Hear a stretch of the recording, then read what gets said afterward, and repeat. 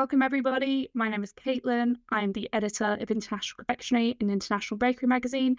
Today, I have the pleasure of interviewing Ari Melmaud for Confectionery Live. Could you please introduce yourself for our audience, Ari, and talk about your role at Incredo Sugar? Yes, so hi, Caitlin. Hello, everybody. My name is Ari Melmaud. I'm the CEO for a company called Incredo. We are a relatively young, not so young, but relatively young, growing food tech startup that is going to change the world.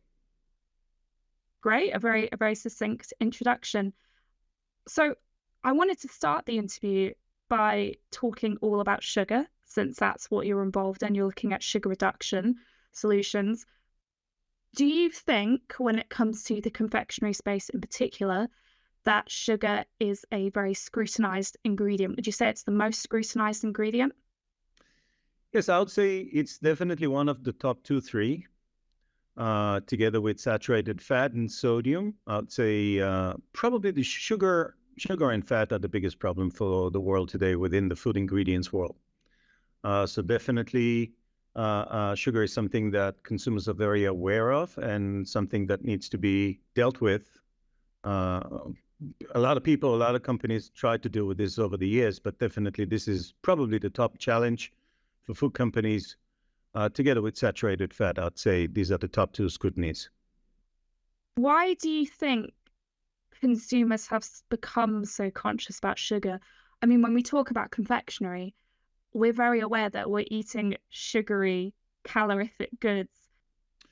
Well, we need to realize, sugar is something that is added to most food applications. So you'd find sugar today almost in everything that we eat, and relatively in very high levels. So from one hand, people love the taste of sugar, and not to say that they're addicted to the taste of sugar over the years. The problem with the sugar is actually not the sugar itself, because, sugar is actually a natural ingredient that is a great source of energy to our body. The problem is that we eat too much of it. So sugar is the main driver for the biggest pandemic in the world today, derived out of the food industry, which is the obesity pandemic. A few numbers just to shock some people. Almost 40% of the adult population in the world today is overweight or obese. And what's even more worrying is that 1 of every 3 children in the world today is overweight or obese. Now, think about those children 20 years from now. And obesity obviously kills millions of people every year. Complications of heart problems and a lot of other health problems.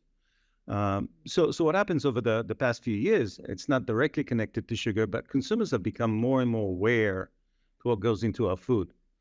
They would now read the labels on the back of the pack. Dozens of countries in the world apply front pack labeling. The Nutri-Score in Europe. Could be red stickers in Israel, black stickers in Mexico, and many other countries. So consumers have become more and more aware, and they understand that eating too much sugar is definitely not good for our health. And therefore, there's a big pressure on the food companies to reduce on sugar. Yeah, I hear that, and I see that everywhere I go. I mean, you mentioned looking at front of pack labeling. When I went to the US, so I live in the UK, but when I went to the US, I was really surprised to see how prevalent those labels were. I mean, they're on every menu, and they're making it really aware. So it's interesting to see how different how different countries address it. What I'm interested to hear from you, it seems like, you're not just gonna get rid of sugar altogether, sort of what people want, especially from confectionery. It's what they're looking for, the flavor. How does your sugar differentiate from regular sugar? How is it more natural? How is it more healthy? And how does it work, really? So actually, the initiative to reduce on sugar is been around for decades. All the way back to the 70s of the previous century, with the introduction of products like Diet Coke and others, with saccharin and then aspartame. And more recently, molecules like stevia, monk fruit, and even newer technologies like sweet fibers, sweet proteins, all kinds of sugar alternatives.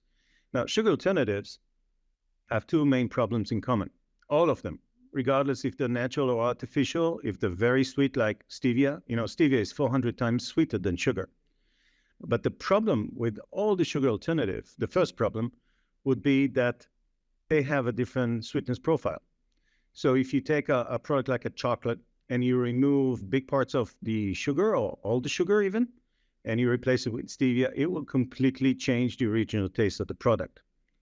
And as you said, especially when it comes to confectionery, people are eating confectionery products because they want to enjoy themselves. So taste is king and will continue to be king. We choose our brands, those that we buy in the supermarkets, first of all, based on taste. If we don't like the taste, we're not going to buy the product anymore. So the main challenge of the industry for years has been, how do we reduce on sugar without changing the original taste of the product? No solutions in the market. Now, the second problem with sugar alternatives, and this has been confirmed very recently by the World Health Organization, that basically said that those sugar alternatives, all of them, including stevia, are not good for us. Some would say that they're even worse than sugar. So the combination of the health and the taste is making sugar reduction almost impossible for companies today. Now, we come into this arena with a completely different concept. So instead of developing a new molecule, a new sugar alternative, what we said to ourselves just a few years ago is, why don't we just take a new concept and improve sugar? So we can actually reduce sugar with sugar and not replacing it with something that consumers don't like. So our solution is completely based on sugar. What we did is we just improved the way sugar performs in our mouth. And in a minute, we can talk about this, which allows us to significantly reduce without changing the original taste of the product. Yeah, that's interesting, because for all of this conversation around let's reduce sugar, let's make sure we're not eating so much sugar, if you were to give a gummy to a consumer and it didn't taste the same, they would turn around and go, I'm not eating this, because they don't like the flavor. You mentioned how it dissolves in the mouth. So yeah. Could you talk a little bit more about the technical process? Yeah, so I'll try to do this very simple without going into much of the science. Okay. So imagine that you take a bite of a cake or a chocolate. What happens in our mouth is that we break the chocolate with our teeth, and then it dissolves through our saliva and reach the taste receptors, which are mainly on our tongue.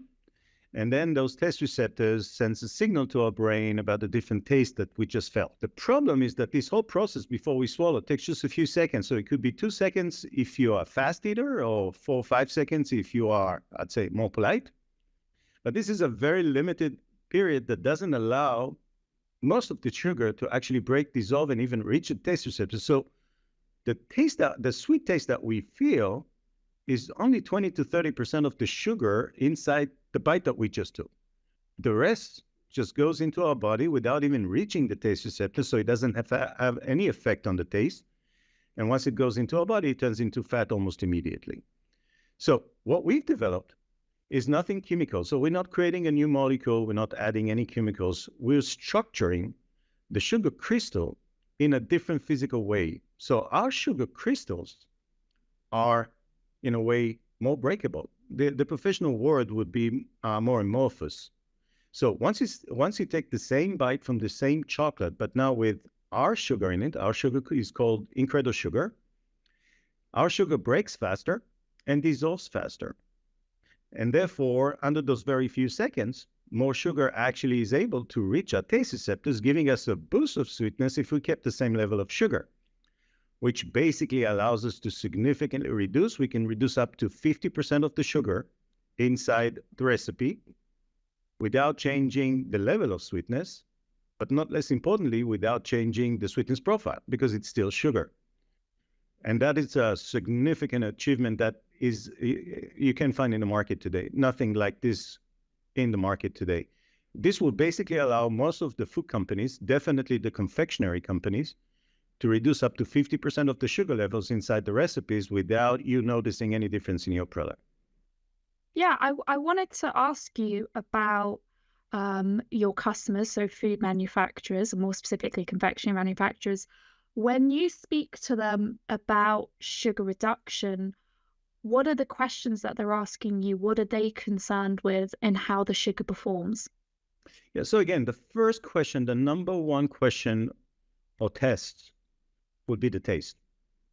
Because if you go to the R&D people at the food companies, they've tried everything over the years. They've tried all kinds of stevias and all kinds of other alternatives, and they failed. In most cases, they failed.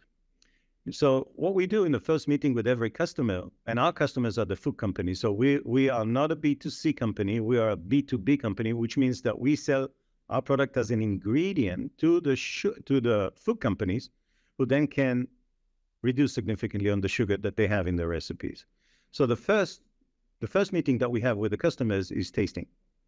And once they taste a similar product to what they have, and they see that the sweetness level is the same, but most importantly, there are no aftertaste, no lingering flavors like they would immediately recognize in any sugar alternative. From there, it's really easy to move forward. Then there will be questions about the technology. There will be questions about what do we put back into the recipe instead of the sugar that we remove, because we need to remember that sugar is not just taste, it's also a functional ingredient that adds texture and bulk. So once you significantly reduce on sugar, you need to refill. Usually what you'd like to do is to do it with better for you ingredients like fibers and proteins and others. So that's almost like a different task that we need to work together with the food companies to compensate for the sugar. And this is part of the know-how that we master, and we provide technical support to those customers in order for them to complete the entire recipe now that we have removed a significant amount of sugar out. It's sort of like a try before you buy approach, right? They want to make sure that it tastes the same. Oh, yeah, that's an understatement. For the food industry, I would say, is a very conservative industry. So some of the leading brands in the world, they kept the same recipes for dozens of years. The Coca-Colas of the world, they would not change their recipe. So for a leading company with a strong brand to reduce on sugar, we have to remember it is a very risky move for them, because if you as a consumer would not like the taste of the product, they can lose market shares, they can lose the market. So they will test it over and over and over again in a process that can sometimes take 2 or 3 years, sometimes even more. So only when they are absolutely sure that consumers like the new product is when they're going to launch. So there's a whole process that we work very closely with our customers to give them the know-how and the technical support so they can go through this process as quickly as possible, but it still takes a long time. And that's part of our challenge in the industry, is how do we shorten the cycle from the beginning of the development project until the launch, which would normally take an average of about 2 years. Yeah, I think it's maybe something you don't always appreciate from the perspective of consumer. What you're eating or what you're drinking has taken a long time, and it's not a simple solution. I wanted to pick up on something you mentioned very briefly. How are you categorizing and understanding better for you ingredients? And this term better for you, what do you think it signifies? Well, there's a whole initiative in the world today in the food industry is to make our products healthier. So the whole idea is to look at the bad ingredients inside the recipe. And we spoke about this in the beginning. The bad ingredients will be sugar, will be saturated fat, and a few others, and try to look for better solutions. So reducing on sugar, replacing it with our sugar as an example, is considered a better for you solution. But it doesn't stop only with sugar and saturated fat. So, it's very common and popular today in the world to add fibers. Fibers are good for us. Proteins are good for us. So there are all kinds of better for us ingredients, and the whole food tech industry is pretty much based on this. So the from the protein-based meat alternatives to dairy alternatives into sugar reduction, etc. This is all about making our foods healthier. And this is actually a huge, huge revolution. So it's probably the biggest revolution that the food industry went through since forever. Because come to think about this, we've been eating the same meat since forever. So our grandfathers would go out and hunt, and we go to the supermarket, but the meat is the same meat, and the dairy is the same dairy. Now, if you think about this, 15, 20 years from now, maybe even less, what's going to be on the plate for our children and definitely our grandchildren is going to be very different than what we've been eating so far, which will make the food healthier, which will make the planet more sustainable. And this is a big part of life expectancy of people. People are going to live longer. And what we eat is a big part of this. It's not the only one, because at the same time, the other elements will impact this. But definitely the food that we eat impacts the quality of life and the expectancy of life. And this is all changing these days. So this is actually a very, very exciting time to be part of the food tech industry and the food industry altogether. Yeah, there's an element of familiarity with the foods that you eat and the foods that you're used to buying. As I understand it, when someone goes into a supermarket, for instance, and they're looking at what confectionery to buy, it's a very quick decision, and they'll often reach for what they know and what they trust.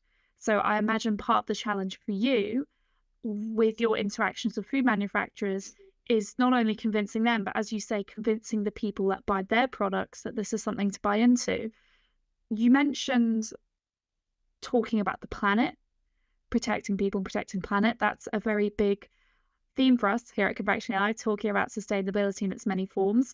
There's a lot of talk in the sugar sector about the impact on the environment. Yep. And whether there's enough awareness. So I wanted to hear from you, what are these concerns with the sugar sector, and are companies communicating it well enough to people what they're doing?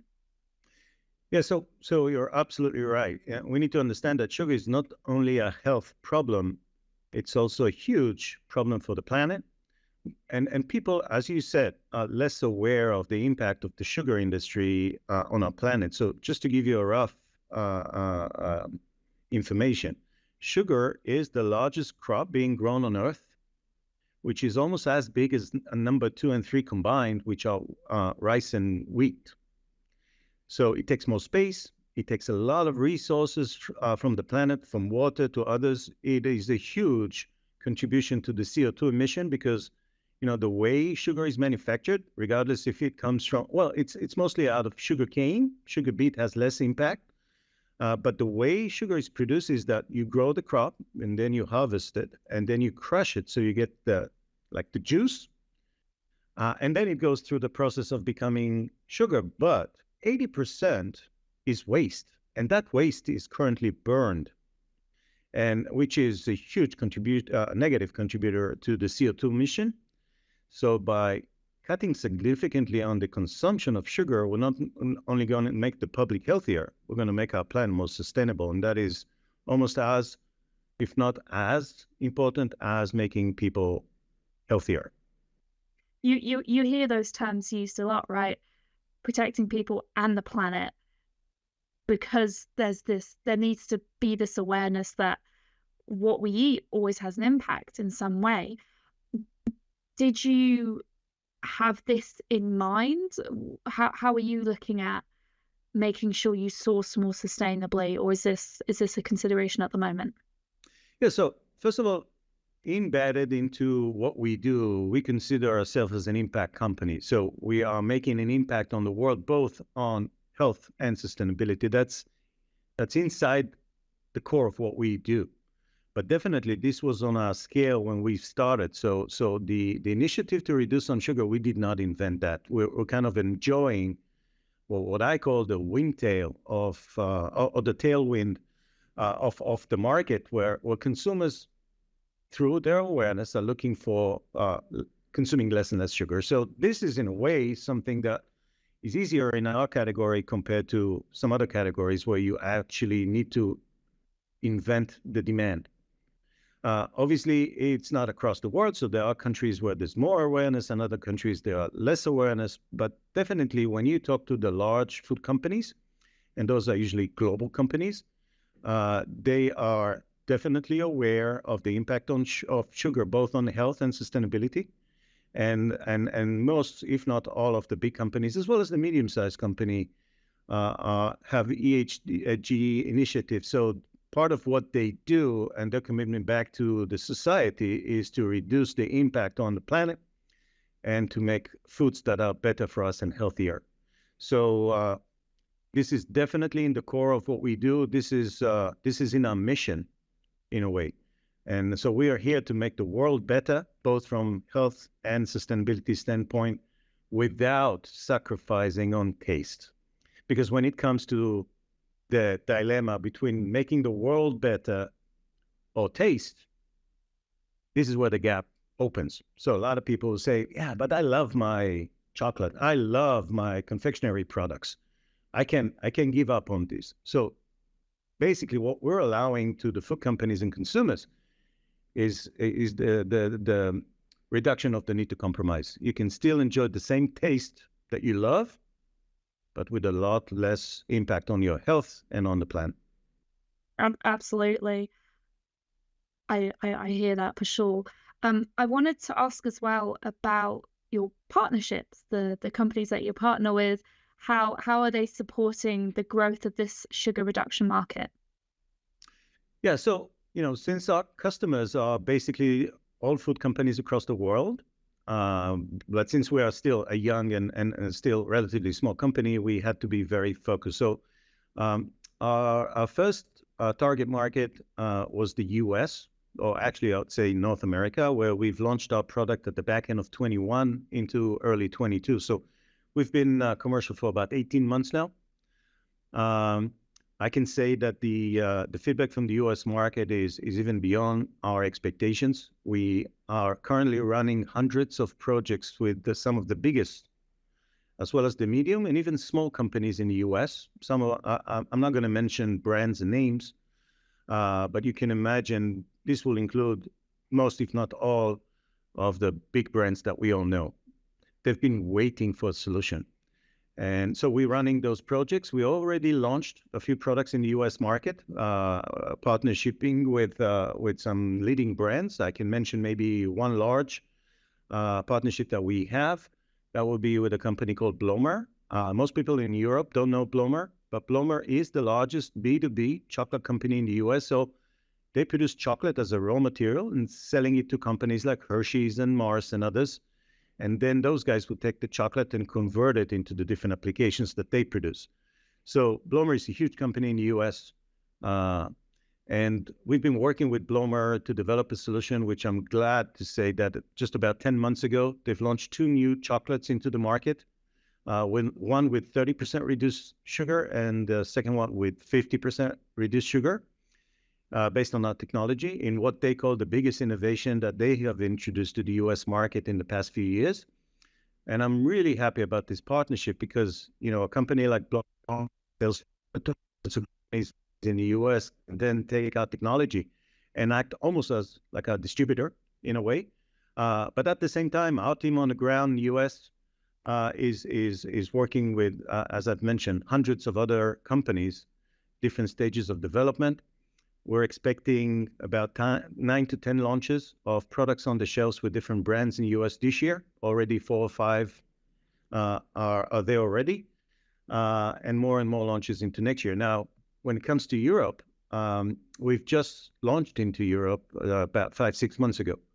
We're seeing basically the same reaction from the European market.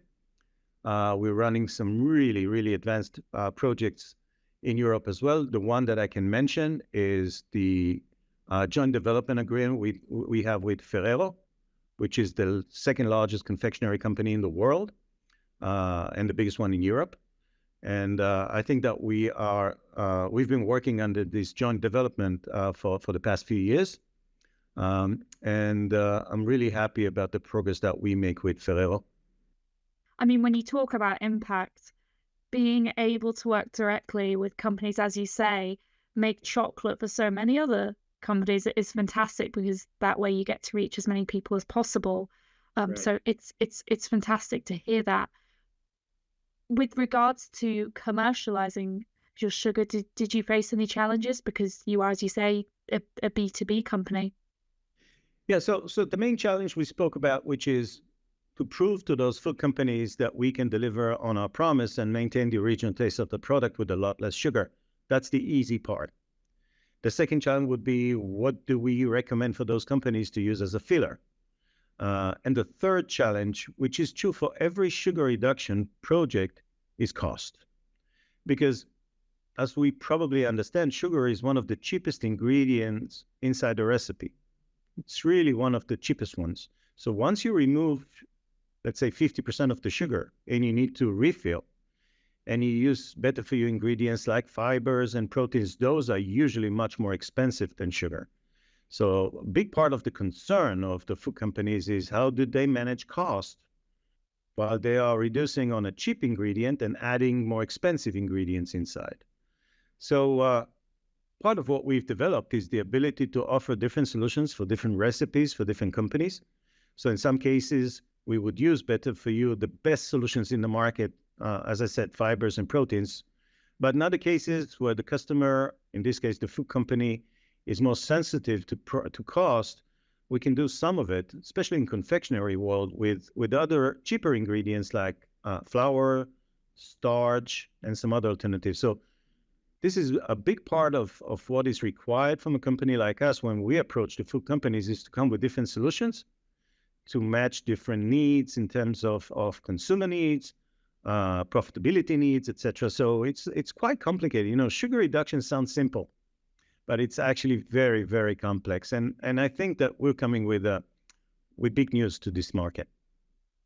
Yeah, I think it's great that you mentioned cost, because I think for food manufacturers, cost is one of the main concerns. And with the pandemic and with the supply chain disruption, I think it's sort of like a shock to the system that not all ingredients are readily available.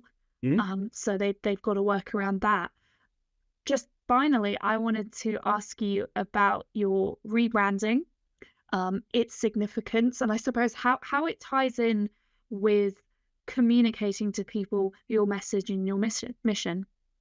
Yeah. So when we founded the company, the original name of the company was Dumatok, which means basically do is sweet in French, and matok is sweet in Hebrew. So it's like double sweet. But when we've launched our first product a few years after, we've decided to name it Incredo, which I think is a much more catchy name. It's more inspiring in many aspects. So our product was and still is Incredo. And I've been thinking, or we've been thinking over the past couple of years, is that, you know, as Incredo gets more and more awareness when it becomes commercial, it did not make sense to have a different name for the company and a different name for our main product. And definitely, we all felt that Incredo is more inspiring, easier to pronounce. You know, in the US, they cannot even pronounce Dumatok with the X and the French, etc. So I think Incredo is a great name. It is very inspiring.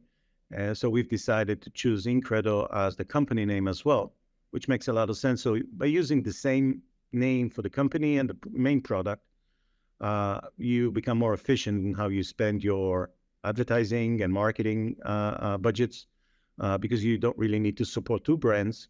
You support one brand, which is the company and the main product.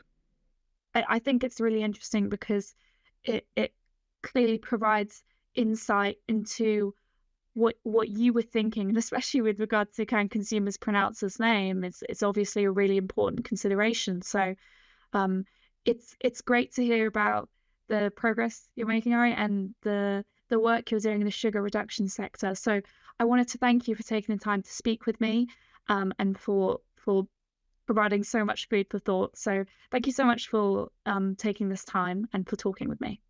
My pleasure, Caitlin. So I wish everybody that we'll find more and more products with less sugar in it, so we can really make an impact. This is really so important for, as we said, to the public and our planet as well. So thank you for hosting me, and lots of luck.